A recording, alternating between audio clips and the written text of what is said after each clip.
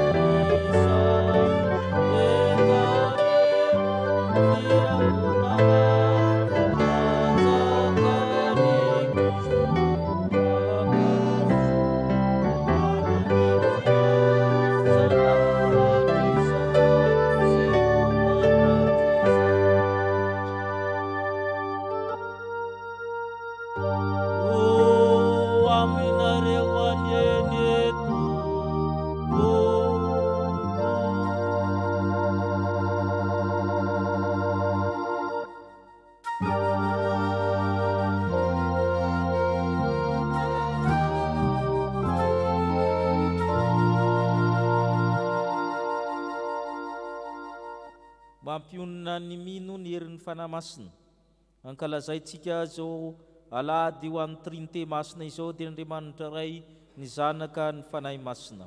Ny salamo fambienina ambienimpolo, ny andininy voalohany ka hatramin'ny fahasivy ho arahany hira fahatelo ny deratsika ny tompo. Salamo fahenina ambienimpolo, andininy voalohany hatramin'ny fahasivy iarahantsika mamaky. Salamo fahenina ambienimpolo, andininy voalohany hatramin'ny fahasivy. Ho an'ny mpiventy hira tononkira salamo, miobio an'Andriamanitra tamin'ny rehetra, mankalaza ny voninahitry ny anarany, me voninahitry izy fiderana azy.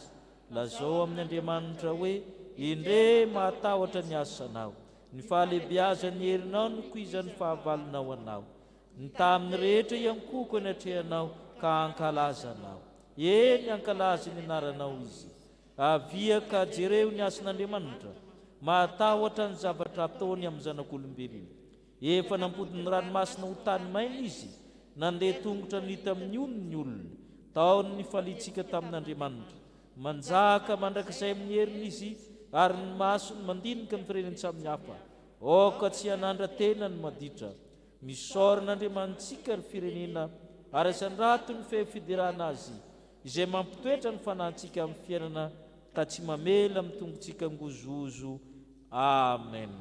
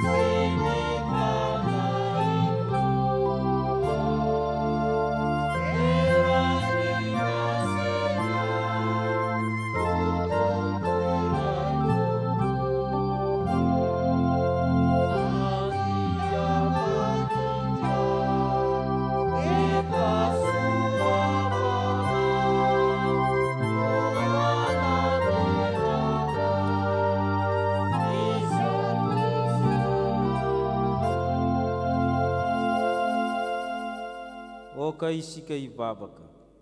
Andriamanitra ray zanaka fanahy-masina, dia renay ianao satria be fahasoavana. Andriamanitra ray pahary izao tontolo izao, ny ahy ny firenena rehetra nanome hanina amin'ny fotoana. Andriamanitra zanaka Jesosy Kristy zanak'Andriamanitra izay mamonjy izao tontolo izao. Ny fanahy-masina izay ny raha ny ray ka hitsaona sy ankalazaina miaraka amin'ny ray sy ny zanaka, izany fanahy-masina izany ankalazainay. Koa nidera ny laza ny aja tolotra ho anay atolotra ianao Andriamanitra, ny trinité masina, Andriamanitra telo nefa tokana ihany. Zava-miafina lehibe tsy takatry ny saina izany, ary maro ny tsy mahalala izany. Izay kosa nampafantarinao izany noho ny amin'ny fanahinao, ka dera laza ery aja tolotra ianao ray zanaka fanahy-masina. Koa mianta aminao zay Tompo, raiso ny fisaoranay ny soretra nomenao anay, na ny tsaronay na ny tsy tsaronay. Indrindrandrindra nandraisana anay ho zanak'Andriamanitra, mpiray lova amin'ny olona masina ary mpiara-mandova amin'ny Kristy. Koa misaotra anao Tompo ny amin'ny fahavelomana nomenao koa, ny amin'ny fiainana, ny amin'ny valim-bavaka rehetra nomenao anay. Koa ankehitriny Tompo raha manao zao fanompam-pavahana zao izay, hamasino izay mba ho anitra kasitrahana eo masonao, ho vavaka tsy aroaroa-paratsiana fa tahaka ny emboka manitra miakatra aminao ny vavaka taonay, ary ny fitahinao ho tahaka amin'ny dilo manitra mitsoroka amin'ny somotra rona mipaka amin'ny morotongotra kanjony. Ka izany dia fisoronana masina amin'ny fanjakam-pisorona anay voaka masinao aminao. Koa hamasino ny tokantrano rehetra mandray zao fanompam-pavahana izao, mba handray anao, handray ny fitahinao, atsiaro fa ao amin'izy ireo ianao ary miaraka aminy, izy ao aminao, ianao ao aminy. Koa izany ny imbonanay amin'ny vavaka ny ampianarinao Kristy izay manao hoe ho hamasina ny ananao, ho tonga ny fanjakanao, ataona ny sitraponao, ety atantakina ny lanitra, meo anay ny miarana sazaonay, ary mamelany elokay, tahaka ny lalàna izay mipetraka taminay, ary izay mitolonay amin'ny fakapana, manafany amin'ny ratsy, anao ny fanjakana sy ny hery, ary ny voninahitra mandrakizay. Hipetraka isika hiomana amin'ny liturjia ny tenin'Andriamanitra, ny hira fa 500 ny andinin'ny voalohany sy ny fahaefatra ny omanantsika amin'izany.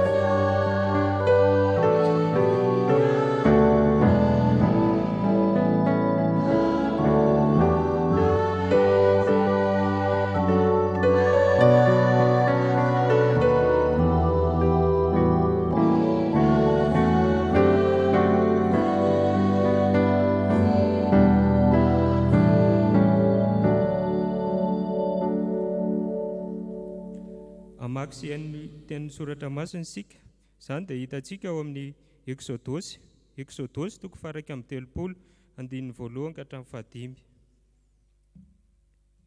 Exodosy 1:30 andininy voalohany ka hatramin'ny fahadimy. Rehefa hita dia izao amaky azy amin'ny anaran'ny Tompo. Izany dia milaza ireo mpiasa hanangana ny fitoerana masina. Ary ny Tompo niteny tamin'ny Mosesy indray hoe indro efa notononika anarana i Bezalila zanaky Ory zanaky Hora avy amin'ny fokon'ny Joda, ary efa nofenoiko fanahin'Andriamanitra izy amin'ny fahendrena sy ny faheratan-tsaina ary fahalalana ny amin'ny taozavatra maro samihafa tahaka ny namolavolana asa kanto, ny fiasa volamena sy ny volafotsy ary ny varahina, ny fanamboarana vato alatsaka tranotranony ary ny fandrafetana hazo mba hanaovan'ny taozavatra maro samihafa. Amen. Mbola itony vaky teny.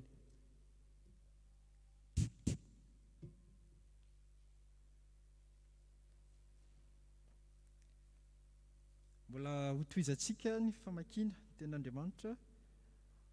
Epistily voalohany. Epistily ny Jaona voalohany, toko 7, andininy 7 ka hatramin'ny 20. Jaona voalohany, toko 7, andininy 20 ka hatramin'ny 20.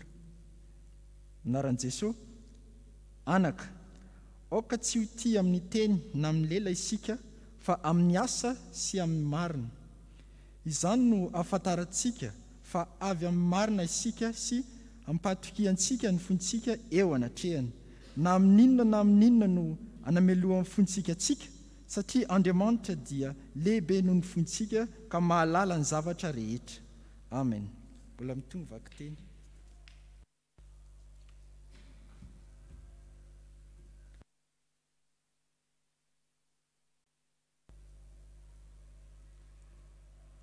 Ho faranantsika famakiana ny teny soratra masina, izany dia arak'izay hita amin'ny filazantsara ny Lioka. Lioka toko 10, andininy 17 ka hatramin'ny 420. Izany dia vakiana ao am-pitsanganana. Lioka toko 10, andininy 17 ka hatramin'ny 420. Amin'ny anaran'ny Tompo. Ary 70 lahy niverina tamin'ny fifaliana ka nanao hoe, Tompo, na tenitemonia aza manaiky anay noho ny anaranao. Fa hoy Jesosy taminy, izao nahita ny Satana latsaka avy tany an-danitra tahaka amin'ny varatra. Indro efa nomeko fahefana nitsaka menarana sy mainy ka sy andresy ny hery rehetra nanany fahavalo ianareo ka tsy hisy ampanino anareo akory. Kanefa aza mifaly ianareo satria manaiky ianareo ny fanahy, fa mifalia satria voasoratra ny an-danitra ny anaranareo. Ary tamin'izany ora izany dia ravoravo tamin'ny fanahy masiny Jesosy ka nanao hoe, mitery anao araiko, tombony lanitra sy ny tany. Fa efa nafeninao tamin'ny endry sy ny manan-tsaina izany, ka nasehonao tamin'ny zaza madinika. Indraiko fa izany ny sitrakao. Ny zavatra rehetra dia efa natolotry indray koa, ary tsy misy mahalala ny zanaka fa tsy indray, ary indray fa tsy ny zanaka sy izay tia ny zanaka anehoana azy.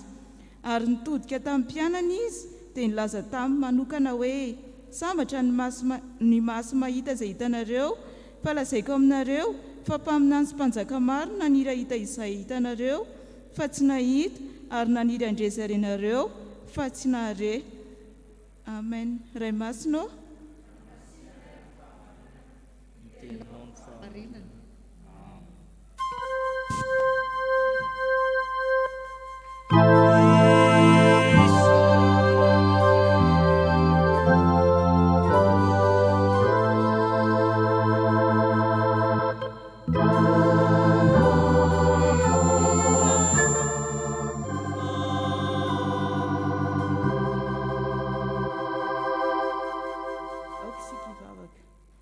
Sotranao re izay Andriamanitra, raha mbola afaka nihaino ny teninao sy afaka namaky ny teninao tamin'ity androandroany ity.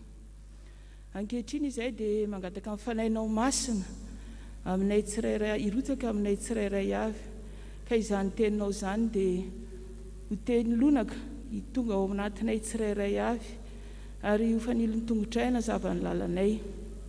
Gataka aminao ihany koa izay ho an'ny mpanomponao izay hitoriny izany teninao izany anendry ny lelany, ka ho izany teny izany dia ho vatsim-panahinay tsirairay avy, ho teny velona, ho tonga fianarana sy fananarana anay, ary hoentinay amin'ity herinandro vaovao ity. Mitenena Tompo. Amen. Efatra amin'ny 30 amin'ny 300 ny andininy voalohany. Efatra amin'ny 30 amin'ny 300 andininy voalohany.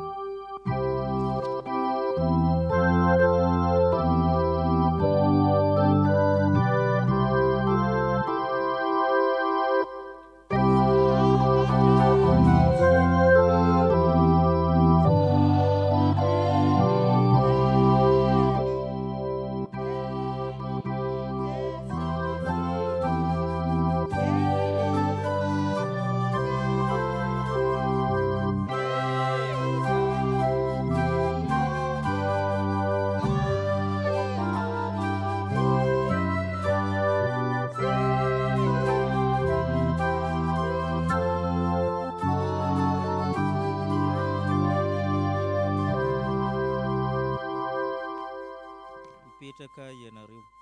Ho aminareo rehetra ny fahasoavana mba amin'ny fiadanana avy amin'Andriamanitra raintsika sy Jesu Kristy omban'ny fampiraisana amin'ny fanahy masina. Amen. Lioka toko 10. Fatatsika fa i Jesosy rehefa miasa dia manana fomba fiasa manokana. Ireo mpianatra ireo zany manao boribory tahaka ny cercle concentrique hoy isika ny fifandraisana amin'ny Jesosy. Misy le telo lahy akaiky azy indrindra dia Petera sy Jaona sy Jakob. Dia misy ny 12 lahy izay apôstôly. Dia misy ny 70 lahy izay mpianatra. Dia misy amin'izay ireo mpianatra hafa lahy sy vavy eo amin'ny 500 eo. Dia misy amin'izay le vahoaka manaraka mianatra tonga arakaraka ny zava-misy sy ny fotoanany eo amin'ny 5,000. Zay zany le fomba fiasan'i Jesosy zany. Eto amin'ny Lioka toko 10 fanirahana le 70 lahy, nirahana tsororozy ireo, nanao fampiarana zany. Raha amin'ny andro ankehitriny zany manao fampiarana tafika masina. Mandeha mialohan'i Jesosy ireo, nomena fahefana izy ireo. Amin'ny Lioka toko 10 koa zany efa namitandrina Jesosy fa misy olona tsy handray nareo. Misy olona foana ny tsy mandray, misy tanàna tsy handray mihitsy. Misy tanàna voatonontonona mihitsy tao hoe Korazina sy Betsaida zany, izay efa nanaovan'i Jesosy zavatra maro fa tsy mino. Dia nozon'ny Jesosy ireo tanàna ireo fa tsy mandray ny filazantsara. Manomboka amin'ny 17 ny vakina teo vita le asa nataon-jareo, manao tatitra zareo. Manao tatitra ny mpianatra. Ao anatin'izany tatitra zany Jesosy sady mandray tatitra ny mampahery azy ireo ndray hiatrika ny manaraka. Izay fampahirezana zay no akatsika afatra hoe mampiorina ny finoantsika amin'ny Tompo. Mampiorina ny finoantsika ny Tompo na mampahery ny finoantsika ny Tompo tahaka nataony tamin'ireo apôstôly ireo. Zavatra roa no resantsika amin'izany fampiorenam-pinoana nataon'i Jesosy zany. Voalohany Jesosy rehefa mampiorina ny finoantsika dia manome fahefana sy hery. Manome fahefana sy hery izy. Efa nahazo zareo teo aloha fa ampitomboana izany. Inona ny antony ampitomboana azy dia hitantsika ato zany ny antony nampitomboana azy. Ireo zany efa nahazo taloha vakitsika hoe ny 17 hoe ary ny 70 lahy niverina tamin'ny fifaliana ka nanao hoe Tompo na dia ny demonia azy dia manaiky anay noho ny anaranao. Efa nisy fahefana teo nanaiky ny fanaratsy ny tsoka, nanao fagagana maro zareo anisan'ny nahagaga amin'ny olona ny demonia manaiky. Kanefa ho Jesosy tsy ampy zany fa mbola ampina ny herinareo, ampina ny fahefana ao aminareo. Misy dikany matoa manampy an'izany Jesosy. Vakitsika amin'izay 19 sy 20. Fa ho Jesosy taminy, izaho nahitan'ny Satana avy tanan'any. Ino rehefa nomeko fahefana, anitsika menarana sy maingoka sy andresy ny hery rehetra nanan'ny fahavalo ianareo ka tsy hisy ampanina anareo ao. Jesosy aminy ny teny. Izaho efa nahitan'ny Satana, latsaka avy taiza, latsaka avy tany an-danitra. Ny dikany hoe latsaka avy tany an-danitra zany very seza i Satana, romotra izy, zay koa ny dikany hoe tahaka ny varatra. Ny Satana dia romotra mandrakariva, ary zay matetika dinintsika hoe indraindray tsika manao sangisangy amin'ny devoly amin'ny fiainana, manao zavatra ratsy sy ny sisa, tady tsara fa ny devoly dia fahavalonao. Zay ny dikany mitonany amin'ny fakapana azy amin'ny sangy devoly tahaka ny varatra. Fantatrareo moa fa efa nady amin'ny teknôlôjia efa mandroso be zao ny herin'ny masoandro rehefa hain'ny zanak'olombelona alaina na kapitena ho izy-tsika. Fa mbola nisy nahazo ny herin'ny varatra hatramin'izao moa mbola tsisy. Ny herin'ny masoandro hain'ny zanak'olombelona alaina. Ary noharina amin'ny zavatra maro ny devoly io. Lion affamé na roaring lion ozy ny teny anglisy, luna mierina. Zany rehetra zany mahatonga an Jesosy miteny hoe omena herinareo fa sao dia mieritreritrana fa nahavo fa i Satana dia latsaka avy tanan-danitra tahaka ny bary. Tonga ty taminy izy hamotika sy handravarava, ary zay no ataona amin'ny fiaina amin'ny olona.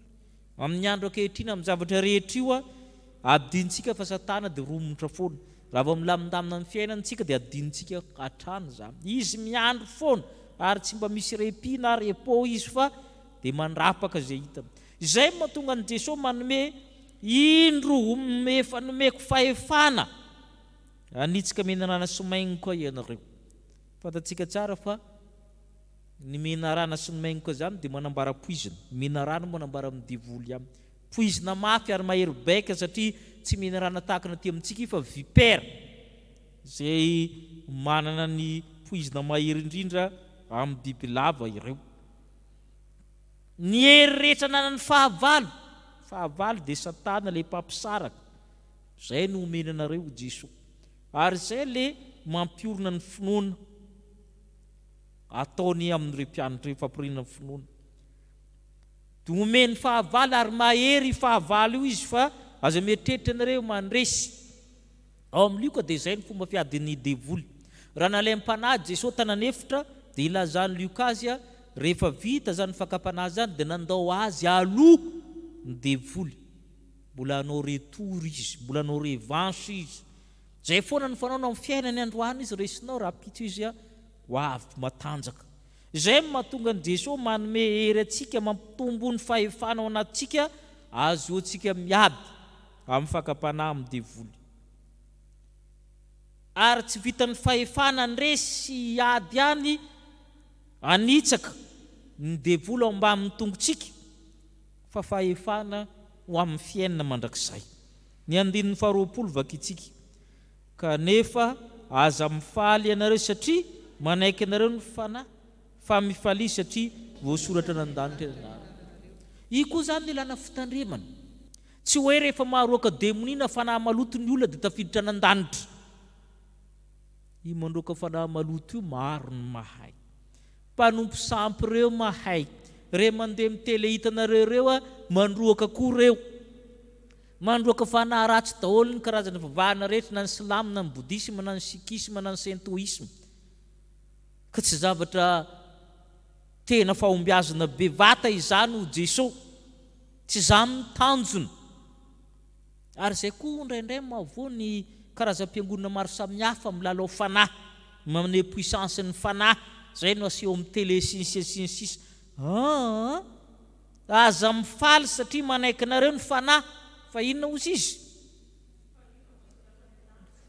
Zay ianaranareo ve misoratrany fa tsy hoe naroaka demonia manjatony ianao fa very miaraka amin'le demonia omezany tsara anao rehefa tonga azy elana le ndrokandrokanay tary, tsika eto miaraka eto ihany. Fa tsy hoe maharoaka demonia ianao ka voasoratra nan-danitra, fa mifaly raha voasoratra nan-danitra. Zay no tena zava-dehibe ho Jesosy, manana fahefana amin'ny azonaina, manana fahefana hiditra amin'ny fanjakany lanitra, voasoratra nan-danitra ny anaranareo. Zay no tena zava-dehibe ho Jesosy. Ka raha mampiorina ny finoantsika ny tompo tahaka nampiorina ny finoan'ny retim-pianatra reto, dia manome hery sy fahefana izy, hery sy fahefana iadina amin'ny devoly, amin'ny fakapanahy, anitsahana menarana izedrana ny olana rehetra, ny poizina rehetra mahafaty hatramin'ny fahafatesana ety amin'ny fiainana mandalo ity. Nomeko hery nareo sy fahefana anitsaka ny hery rehetra omeny fahavalo. Ary ny tena zava-dehibe indrindra dia nomeny hery sy fahefana ho tonga zanak'Andriamanitra ka manana anarana voasoratra any an-danitra. Ary zay no hitantsika amin'ny Jaona 1:12. Jaona 1:1, Jaona filazantsara zany, filazantsara ny Jaona 1:12. Filazantsara ny Jaona 1:12. Ahoana izy? Fa izay rehetra nandray azy dia nomeny hery ho tonga zanak'Andriamanitra dia izay mino ny anarany. Nomeny hery na fahefana ho tonga zanak'Andriamanitra. Tsy tonga zanak'Andriamanitra ho azo ny olona raha tsy manana hery, midika hery izany zanak'Andriamanitra zany idirana amin'ny fiainana mandrakizay. Andriamanitra no manome an'io fahefana sy hery io. Ary zany no hitantsika amin'ny Exodosy koa, hery mpanahy amin'ny endriny hafa naseho tamin'ny Bezalila. Exodosy 1:30. Anao ny tabernakely na ny tabernakla zany ny zanak'Israely, ahoana no nanaovana an'izany? Zavatra tsy mbola hitan'ny maso zany, tsy misy zavatra mitovy amin'izany, fa zavatra avy tanan-danitra zany naseho an'i Mosesy. Ohatr'izao ny fanaovana azy.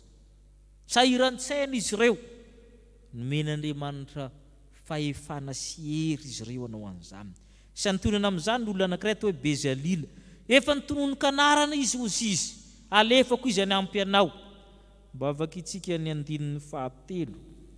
Ary efa nifenoko fanan'Andriamanitra izy, dia fahendrena sy fahiran-tsaina sy fahalalana ny amin'ny taozavatra samy.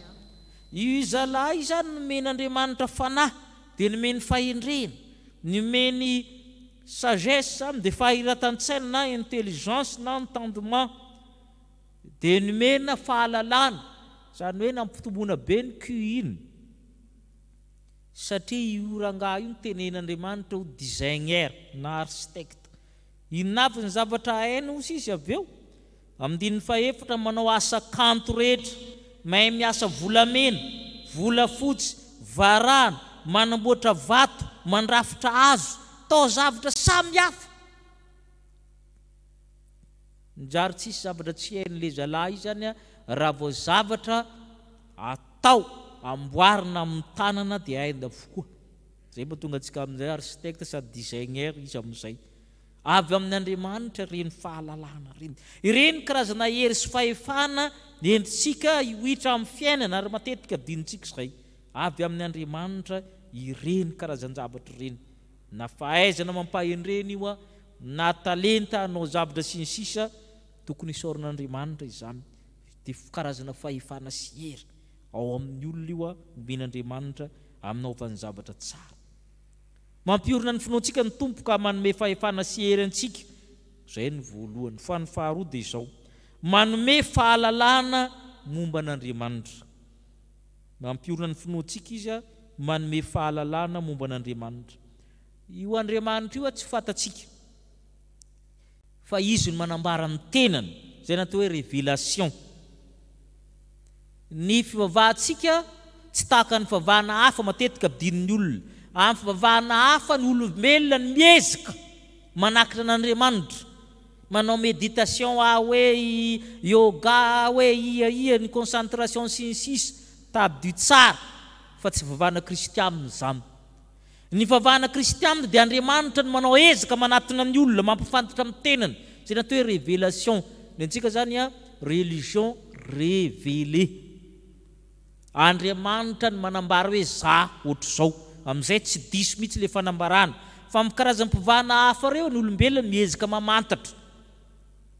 Tsy izay le izy, fa Andriamanitra mampahafantatra amin'ny tenany. Izy no manome fahalalana momba azy, fa izy dia zava-miafina mandrakarivo. Ary zay natonga an'i Jesosy feno fiderana eto, satria nasehon'Andriamanitra ny maha izy azy.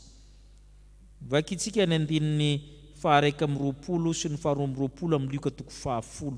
1:20 sy ny 2:20. Ary tamin'izany oro izany dia ravoravo tamin'ny fanamasina Jesosy ka nanao hoe, mideranao araiky eo tompony lanitra sy ny tany, fa efa nafeninao tamin'ny endry sy manan-tsaina izany, ka nasenao tamin'ny zaza madinika. Eny raiko, fa izany no sitrakao.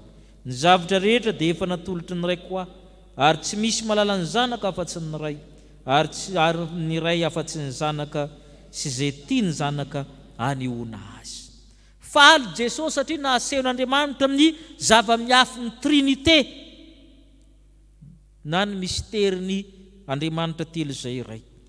Dia ny fanahy masina zany, fanahy masina zany manko tsy fantatry ny olona tao amin'ny testamenta taloha. Olombitsy nahazo an'izany tao amin'ny testamenta taloha. Ireo karazana Messia, mpanjaka mpaminany, mpisorona, mpitsara, olona vitsy aminy nahazo an'izany nahafantatra an'izany. Tsy dia hain'ny olona tao amin'ny testamenta taloha izany fa masina izany. Eto zany efa ho avy ny fanahy masina dia faly Jesosy. Ary fanahy masina io tsy ny olona rehetra no mahafantatra azy. Jaona milaza hoe tsy azon'izao tontolo izao tsy hitany nafantany fa ianareo no mahafantatra azy satria ao aminareo izy. Ary zay no nahafaly an'i Jesosy eto. Asehona Jesosy koa hoe Andriamanitra dia antsoina hoe ray. Rain'i Jesosy. Tompony lanitra sy ny tany. Eto zany Jesosy manambara, mampianatra momba an'Andriamanitra mihitsy hoe tompony lanitra sy ny tany io Andriamanitra io, rain'i Jesosy Kristy.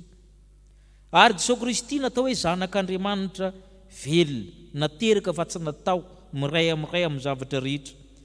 Ka io tsy resaka fahendrena na filozofia no ahafantaran'Andriamanitra fa ny fanahy masina mampifantatra an'izany. Ary zany mahatonga antsika tsy mila manao teolojia fa mahalala ny fanahy masina na zazakely ohatran'iny ary. Ary zay tsy tovizina amin'ny fivavahana hafa, averiko foana zay. Zareo raha manao teolojia zany dia zareo no manao ezaka. Zareo no mikaroka fatratra dia herim-panahinjareo, heritsainjareo no fiheveranjareo azy. Hany ka tsy gaga raha lasa ate zareo avy io. Lasa tsy mivavaka zareo avy rehefa mahalala n'Andriamanitra. Be dia be zany ny karazana teolojiana na kristianina na amin'ny fivavahana hafa rehefa lasa mahafatapatatra momba an'Andriamanitra izy tsy mivavaka tsony. Satria maninona? Tsy fanambarana avy amin'Andriamanitra. Ny teolojia kristianina dia teolojia de la révélation. Teolojia avy amin'ny fanambaran'Andriamanitra. Andriamanitra manambara hoe ohatrohatro zao za hoy Andriamanitra. Zaho zay izy hatrizaytsaiko ho mandrakizay.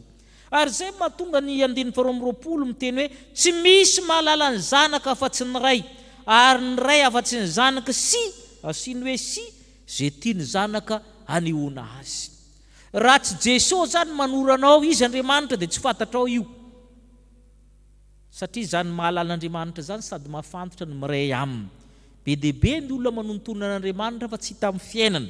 Tsy hainy ny miara-monina amin'Andriamanitra satria tsy natoron'i Jesosy azy hoe zao Andriamanitra. Io zany ry havana tandremo fa mila atoro ny fanahy masina. Atoron'i Jesosy tahaka zao Andriamanitra vao hainao. Fa tsy olona manontonona Andriamanitra rehetra io ka mahay ny momba an'Andriamanitra. Samy hafa, lasa connaissance fotsiny le izy na savoir fotsiny fa tsy lasa fototra iorenan'ny finoana. Ilana fitandremana zany.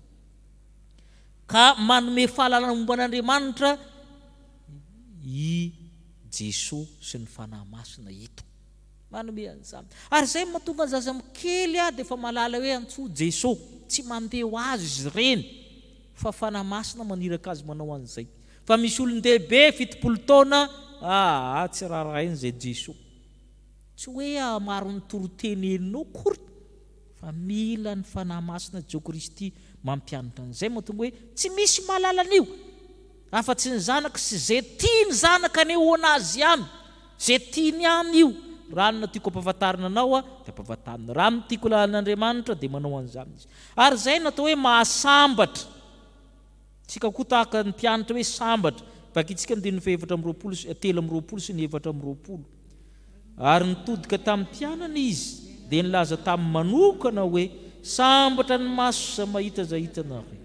Fa lazaiko aminareo fa mpaminany sy mpanjaka maro naniry ahita zay hitanareo fa tsy nahita, ary naniry are zay renareo fa tsy nahita. Olona maro izy Jesosy tao amin'ny testamenta taloha mba nieritreritra hoe manahoana moa zany zanak'Andriamanitra zany. Fatapatatra zareo ihany fa ho avy zany. Manahoana ho zany fanahy masina zany. Fa nareo sambatra ho Jesosy handray fanahy masina nareo. Ary nahita maso zany Andriamanitra hita maso zany dia Jesosy Kristy. Fa maro ny naniry ahita fa tsy nahita. Maro ny naniry are fa tsy nahare.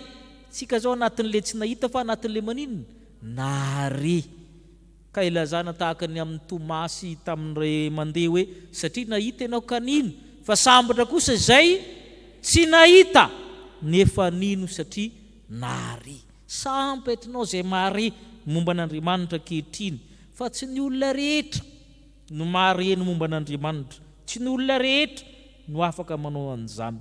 Ary zany no ilazany Jaona voalohany toko 7 andininy 720.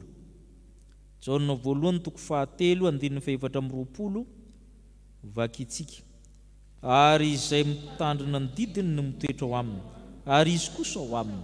Ary zao no afantarantsika fa mitoetra ao amintsika izy dia ny fanahy izay nomeny antsika. Io fanahy masina io zany mampahafantatra fa ao aminao Jesosy. Zay ny dikan'io. Mila fanahy masina manondro an'io vao fantatrao. Zay no afantaranao fa mitandrina amin'ny didintsika, mitoetra amin'ny fitiavantsika, ny afantarana dia misy fanahy masina ao aminao. Zay no afantarana azy. Manana fasahina ianao ve manoloana n'Andriamanitra? Manana fasahina ianao tsy manameloka anao tsony ny eritreritrao Jaona. Zay ny dikany andininy 20. Vakitsika andininy 20 hoe na amin'inona no hanomeleon'ny fotsika, satria Andriamanitra lehibe noho ny fotsika ka mahalala ny zavatra reny. Tsy manamelo tena tsony ianao. Ny ankamaroan'ny olona dia manamelo tena, mianana fotsiny hoe mpanota zay mahatonga ny olona mamono tena, zay mahatonga ny olona mifanome tsiny lava, feno fanameloana tena, culpabilité zany ao anatin'ny olona ao, préjugé. Fa amin'ny olona manana fanahy masina ozy izy mitoetra amin'ny didin'ny Kristy, mifankaty, sa izy tsy manana fieritreretina manameloka izy, satria fanahy masina ao amin'ny feo mifieritreretany ao mampatanjaka azy. Ka nio ariavana antsika dia malala fa i Jesosy Kristy rehefa mampiorina ny finoantsika dia manomentsika fahefana sy hery izy. Hiatrehantsika ty zao tontolo zao zay ratsy ity, zay misy menarana sy maingoka, satana tahaka ny varatra. Meny fahefana ianao, hanina anjara amin'ny fiainana mandrakizay, ho mpandova miaraka amin'ny Kristy. Aveo ampahafantariny ianao, ampahalalany ianao zany hoe iza tsara moa Andriamanitra. Izany fahalalan'Andriamanitra izany no maneho mahazanak'Andriamanitra atsika, ka afaka mahalala an'Andriamanitra isika, miara-miaina amin'Andriamanitra, ary Andriamanitra ao amintsika, isika ao amin'ny Andriamanitra. Ho an'Andriamanitra ireny ny voninahitra, ho amintsika ilay Andriamanitra telo izay iray dia ny Trinité masina. Amen.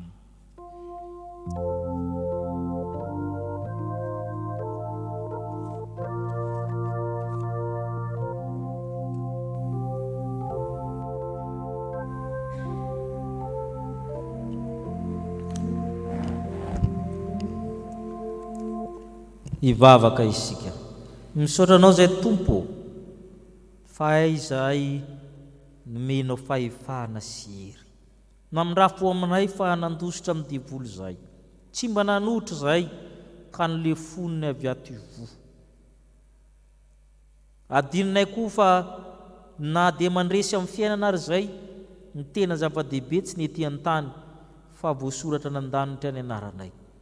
Adininay foana fa olona ody anan-danitra zay rahatra zay, iona aminao Kristy, varimbarina amin'ny zava-misy sy ny fiainana ety an-tany zay, mamindrafo aminay, mamela amin'ny elokay. Milaza koa ny teninao fa rehefa mampiorina ny finoana ianao dia mampahalala anay hoe iza moa Andriamanitra. Matetika adininay, ny antom-pisinay dia halala sy ino an'Andriamanitra. Tahaka ny Petera milaza hoe ankana amin'iza moa zay fa ianao no manana ny tenin'ny fiainana mandrakizay, izay dia mino sy mahalala fa ianao ilay zanak'Andriamanitra. Adininay izany. Mampianatra anay mandrakariva ny fanahy masina, fa adininay izany. Ka very ny finoanay rehefa tsapain'ny olona zay dia tsy manan-kavaly ny amin'ny finoanay. Kely ny fahalalana Andriamanitra na ny soratra masina, mamindrafo aminay, mamela amin'ny elokay. Betsaka koa ny tsy natateraka anay na tamin'ny fiteny na taminao tao, tsy nahay ny fanerasera taminao Andriamanitra zay, ka Andriamanitra telo zay iray miara-monina aminay dia adininay. Ko manjary tsy tepolin'Andriamanitra tsony ny vatanay, manjary tsy tepolin'ny fanahy masina tsony ny tenanay, manjary tsy fonenan'ny Kristy ny tenanay. Zao madio sy afa-keloka diovy ny fonay mba ampahotany noho ny aminaran'ny Kristy irery ihany nangatanay izany, ary tsy no anay amin'ny faniavanay rehetra zanakao Andriamanitra amin'ny raha fo izy ireo. Amen. Ny rafaefatra amin'ny 530 amin'ny voalohany fahatelo faefatra no toy ny fifonana.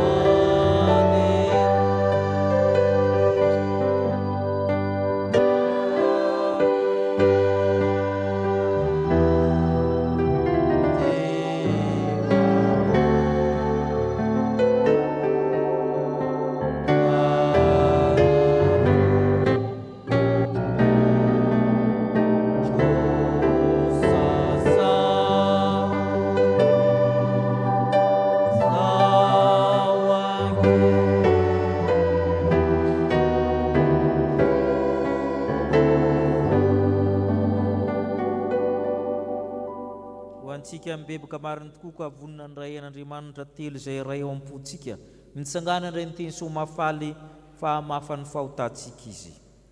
Hoy ny apôstôly masina: fa Andriamanitra izay manan-karena amin'ny famindram-po no ny alehibe ny fitiavana izay nitiavana antsika, fa ny fony mbola maty ny fahadisoana azy tsika dia nahavelona antsika niaraka tamin'i Kristy izy, fa fahasoavana namonjena anareo, ary niary natsangantsika ka napetrana nandanitra ao amin'ny Kristy Jesosy, mba aseho amin'ny andro avy ny habeny fahasoavany sy ny fahamoram-panahiny amintsika ao amin'ny Kristy Jesosy. Noho izany ry havana, dia voavela sy voafafa avokoa ny fahotanareo ny amin'ny anaran'i Kristy Tompo, samia mideran'ny Tompo ianareo. Sambatra ny olona izay voavela ny sy voasarona ny fahotana, sambatra ny olona izay tsainy Jehovah eloka, ary tsy misy fitaka ny fanahiny. Amen.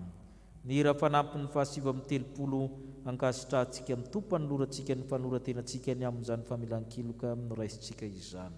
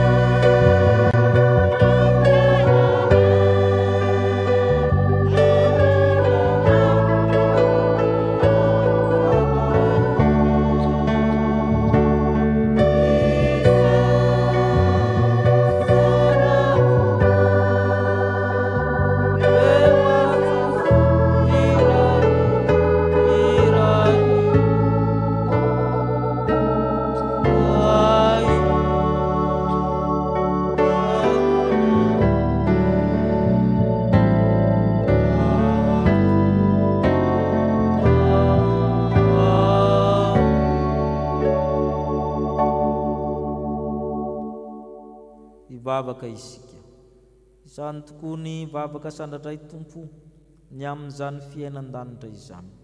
Misaotranao izay ny amin'ny famelan-keloka no raisinay ho marika fa natsanganao zanaka indray izay ho zanaka manoa irinay Tompo izany hatranan-danitra.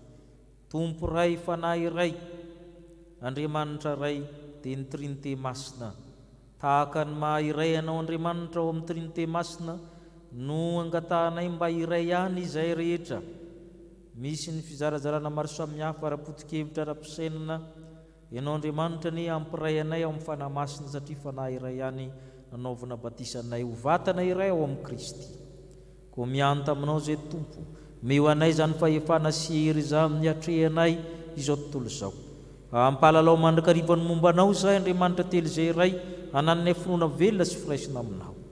Ko ankehitriny tompo mivavaka izay ho an'ny fiangonana masina maneran'izao tontolo izao, ampiraisinao aina amin'ny fanompoananao mba ho fiangonana iray miray ao aminao Kristy na dia samihafa ary ny anarana isalorana.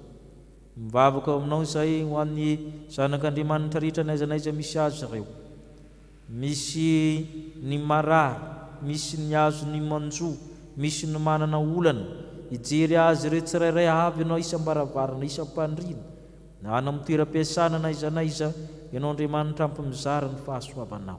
Efa nanome zany fahefana sihery zany ianao nitsahany mainoka sy mena rano ka ampahafataro azy zany, meo azy izany. Mivavaka izay ho an'ny renim-pianakaviana rehetra mba ho tena reny ao aminao Kristy, ahatsapa amin'ny lanjan'ny fitiavanao Kristy ka hiasa tsara na amin'ny tokantraminy, na amin'ny toeram-piasana, na amin'ny fiarahamonina, hananana vehivavy endry olo ara amin'ny fireneny. Mivavaka izay ho an'izay mianatra momba ny fahasoavanao, anina fahiratan-tsaina tahaka ny Bezalila ka omenao fahazava-mitsaina sy fahaizana mampahindrina, izay miasa ome fahavokarana ary tahio ny taninay, arova amin'izao retim-be izao ny firenena, me fahindrena mpitondra anay mba hitondranay amin'ny lalina tsara. Ko ny fahasoavana amin'ny fahasoavana omenao anay izany. Isaoranay anao ko tompo ny fahasoavana rehetra nomenao tamin'ny mpanomponao tsirairay avy, na teo amin'ny asany, na teo amin'ny tokantrano, na teo amin'ny fianarana. Ianao Andriamanitra nanome izaminy ka derana sy ankalazaina ianao. Ka faly izay makivaky ny ty herinandro vaovao ty, ary indrindrandrindra hiatrika ny volana manaraka miaraka aminao Kristy, satria tia anay ianao ka manomenay fahefana siry ary manome anay ny fahalalana momba an'Andriamanitra. Zany mivavaka ataony amin'ny anaran'i Kristy ilay velona sy manjaka miaraka aminao amin'ny fanahy masina amin'ny taona rehetra mandrakizay. Amen. Ianaran'olona ny fanekemponona apôstôlika itsika izay milaza ny amin'izany trinité masina izany amintsika miaraka amin'ny fiangonana masina maneno izao tontolo izao manao hoe: min'Andriamanitra iray tompanao lanitra sy ny tany, ary minan Jesosy Kristy zanahary tokony tompontsika izay nitolotolo tamin'ny fanahy masina, nateraka marivilitsiny, nizara napaka Pônto-Pilato, nomona tamin'ny azy fijaliana, matika nalefa, nidina tany amin'ny fiainatsika, nitsangana tamin'ny maty tamin'ny andro fahatelo, niakatra ho any an-danitra, mipetraka kavan'Andriamanitra Kristy, avy any ny aviany tsara ny velona sy ny maty. Mino ny fanahy masina, ny fiangonana masina maneran'izao tontolo izao, fiombonan'olona masina, ny famelan-keloka, ny fisanganan'ny tena amin'ny maty, ary ny fiainana mandrakizay. Amen. Petraka amin'ny fifaliana isika. Tonga amin'ny fotoana isam-bolana fanaovantsika ny fampianarana fanomanam-panahy ary fampianarana ho an'ny mpandray fanasà amin'ny tompo isika. Ny hira fa 5:15 nandininy fahatelo dia hitsangana ny mpandray fanasà amin'ny tompo rehetra. 5:15 ny andininy fahatelo.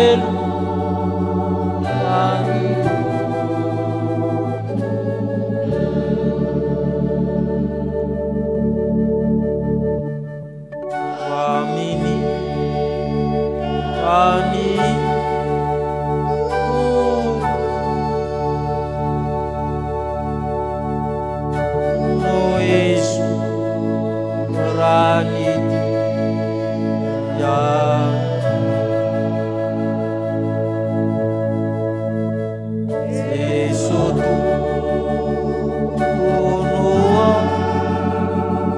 zadie famana tranus emetri.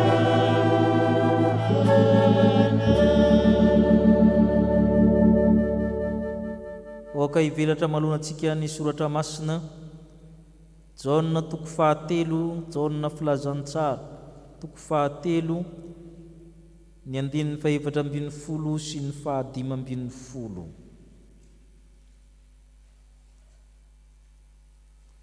Dia avy eo ny nomery toko 120. Nomery ana amin'ny akaikin'ny Genesis any, Exodus, Leviticus, nomery, Deuteronomia. Nomery toko 120.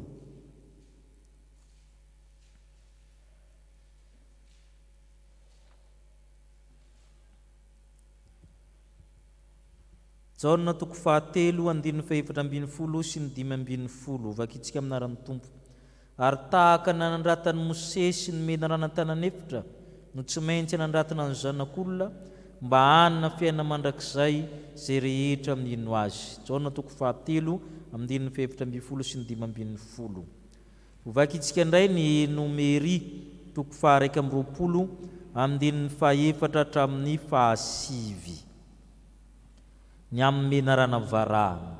Ary niala tanan-tendrombohitra ora izy ka nahazo ny lalina mankany amin'ny ranomasina mena amin'ny didina amin'ny tany Edoma. Dia kivy ny fanahy amin'ny olona noho ny lalana.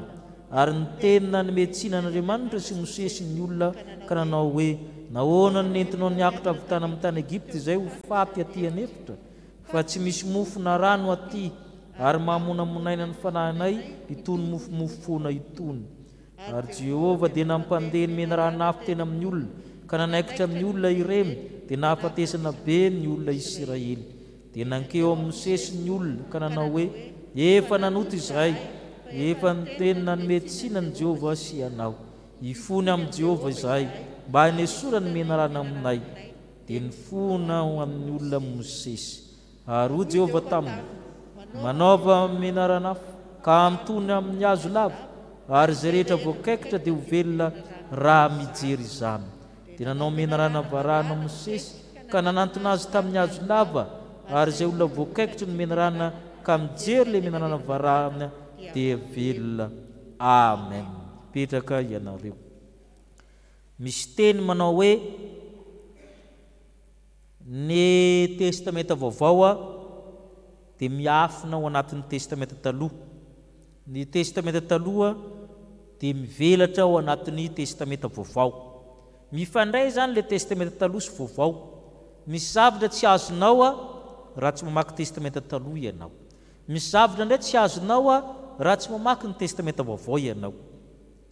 Raha tantara no tianao vakiana, tsara raha manomboka amin'ny testamenta taloha. Fa raha ny foto-kevitra momba ny famonjena tianao ho vakiana, dia tsara raha manomboka amin'ny testamenta vaovao. Eto zany Jesosy miteny amin'ny Nikodemosy hoe, tahaka nanandratany Mosesy ny menarana ny tanan'efitra, tsy maintsy nanandratana ny zanak'olona mba hanana fiainana mandrakizay zay mino azy. Zanak'olona zany Jesosy Kristy eto. Tsy maintsy asanatra izy. Asanatra manao ahoana moa? Tahaka an'ilay nataon'ny Mosesy tanan'efitra ka. Amin'izay ny olona manana fiainana mandrakizay. Leo asandratra eto tsy azo raha tsy mamaky ny nomery toko 120. Ahoana moa zany tantaran'ny minaranan'ny Mosesy zany?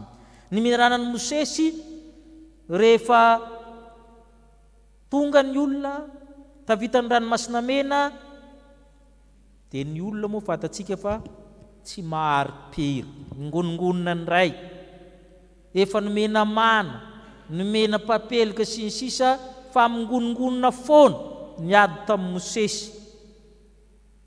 Dia nalefan'Andriamanitra ny menarana tahaka ny afo ny lokony, fa tsy hoe mirehetra afo koa ilay menarana io, zay mahatonga azy atao hoe menarana varahana, milokona varahana zany. Dia nanaikitra amin'ny olona, maro ny maty, maro ny marary. Sary ny fiainantsika io. Rehefa ny olombelona tahaka ny tany tamin'ny androna Damaseva, tsy matazona ny mahazanak'Andriamanitra azy, tsy matazona ny mahendrik'Andriamanitra azy, dia manao tao foana, dia manoto. Dia misy menarana misy poizina atao hoe Satana, manaikitra azy amin'ny poizina atao hoe fahotana. Rehefa misy an'io fahotana io dia inona ny vokany? Fahafatesina no tambony ota. Tovy aminy io, tamin'indindo ny fiainantsika io, kekerin'ny menarana dia maty. Tiran'ny Satana ny fiainana dia mikorotana dia miteraka fahafatesana. Dia ny bebaka amin'ny olona, ny fona ny olona, diso izay koa le sara. Hoy Andriamanitra va eny ary, avelako ny elokareo, manaova menarana afo koa ianao antony amin'ny hazo. Nanamboatra menarana tamin'ny varahana i Mosesy, mitovy loko amin'io, dia naantona tamin'ny hazo.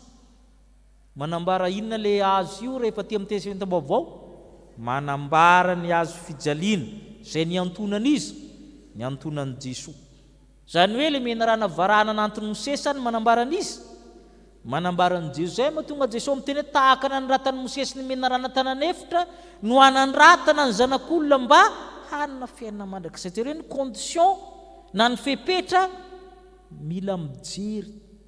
Ahoana hozy izy? Dia nanao menarana Mosesy, nanantona azy tamin'ny hazo lava, ary izay olona voakaikitry ny menarana ka nijery ilay menarana dia velona. Tanareo fa le teninao ampiasaina amin'ny Testamenta taloha hoe velona fa tsy hoe sitrana. Zany hoe ny olona zany na dia efa ho faty ara zany ka atodika amin'ilay menarana varahana, velona izy.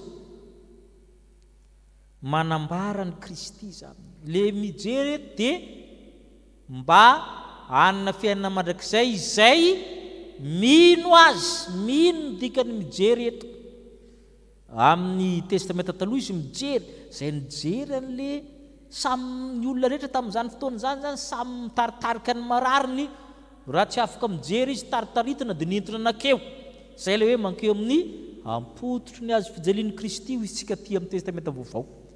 Samy mitaritarika ny hazo, misy mombola mahazaka tena dia mitodika amin'ilay hazo dia sitrana dia velona. Misy efa taritaritina avy any fa maty mihitsy atodika any, velona. Zay sary ny fiainantsika. Zay mahatonga hoe ny fanazava io Testamenta taloha sy vaovao io. Dia io ihany le tenen'i Jesosy hoe ny zanak'olona na Jesosy tsy maintsy asanitra amin'ny hazo fijaliana, izay rehetra mijery azy, izay rehetra mino azy dia maninona? Ho velona, hanana fiainana mandrakizay izay rehetra mino azy. Hivavaka isika. Misaotranao izay tompony amin'ny fampianarana ataonao. Ny amin'ny menarana varahana nasandratry Mosesy teo amin'ny hazo dia nahavelona ny zanak'Israely. Jesosy Kristy le zanak'olona koa tsy maintsy misandritra amin'ny hazo, mandray ny ozona rehetra ao aminay, satria voaozona izay miantona amin'ny hazo. Ka tsy mila manapaka ozona tsony zay fa tapaka tamin'ny hazo fijaliana izany. Ka ianao Andriamanitra mitondra ny fahadisoanay, mitondra ny elokay mba hanananay fiainana mandrakizay. Misaotra tompony noho amin'izany fahazavan-tsaina nomenao izany ao amin'ny Nomerisy eo amin'ny Jaune. Ny toranseny soratra masina, ny soratra masina ihany manko ny manazava ny soratra masina rehefa tariany fanahy masina izay. Misaotra noho amin'izany famotinana ny tantaram-pamonjena izany. Vavaka izay mampanefana samy tompo rehetra, betsika nefa mangatsika ny fony, adiny ny fampiray latabatra amin'ny tompo izy, ary manana ositra masina satria nisotro ny nofo mandrany Kristy tao amin'ny fanahy.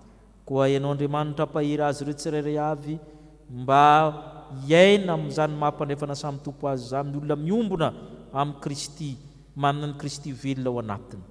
Na aiza n'aiza toerana misy azy ireo, tsy ataonao rendremana ny finoana, ka angatsika fataonao mahery. Ka ho lehilahy lehibe sy vehivavy lehibe mahatratra ny ohatry ny finoana atakatra ny sakany, ny alamy, ny avony izany fitiavan'ny Kristy, ka noatra noho ny mpandresy izy amin'ny lalan'le faty azy dia Jesosy Kristy Tompo. Amen. Misaotra ny Tompo ry havana isika ny amin'izao fahatanterahany fanompam-pabahana izao. Aza donona ny rojom-bavaka amin'ny 5 ka hatramin'ny 9, amin'ny 8 ka hatramin'ny 9. Ny katekômena dia mianatra amin'ny isaky ny zoma amin'ny 4. Ianareo izay vola tsy afaka mianatra dia maka boky aty amin'ny birao. Misy boky ny katekômena ianarana fa ny fianarana mitovy foana fa ny fanahy masina tsy mba mihiboka, ny fanahy tsy mba mihiboka, ary ny fanahy tsy mba vakansy. ka sao dia maty any ny finoana dia maka ny boky zay efa manana boky zany vakio le boky ny amin'ny fianarana ny fampianaram-pinoana ny voatsinapy zay eny amintsika izany. Amarina izao fotoana izao tsika ry havana hitsangantsika nao nira fa 5:30 amin'ny dininy voalohany sy ny faharoa mialohan'ny tsodrano ny andininy fahatelo sy ny fahaefatra aorian'ny tsodrano.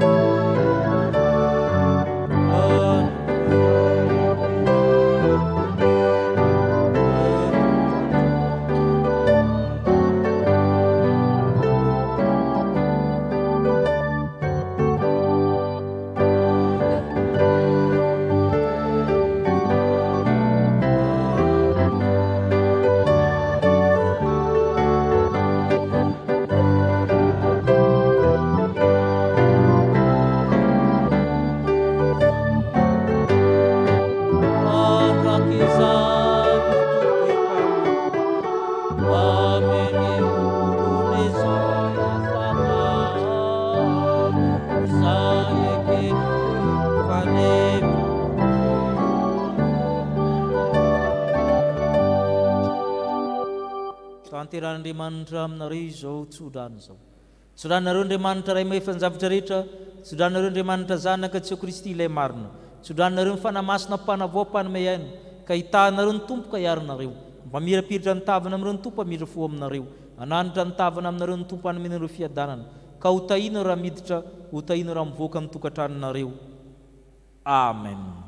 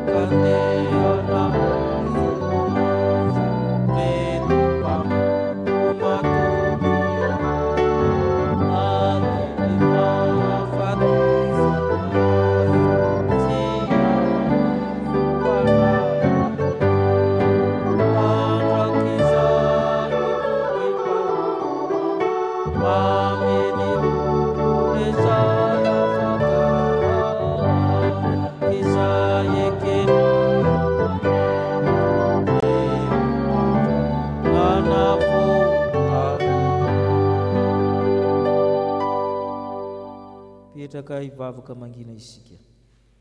Fa Andriamanitra ny aviany izao zavatra rehetra izao, izy ny miazona azy ary izy koa ny antony, izy ane no memboninahitra mandrakizay. Ho an'Andriamanitra irereneny voninahitra amin'ny anaran'ny Ray sy ny Zanaka ary ny Fanahy Masina. Amen.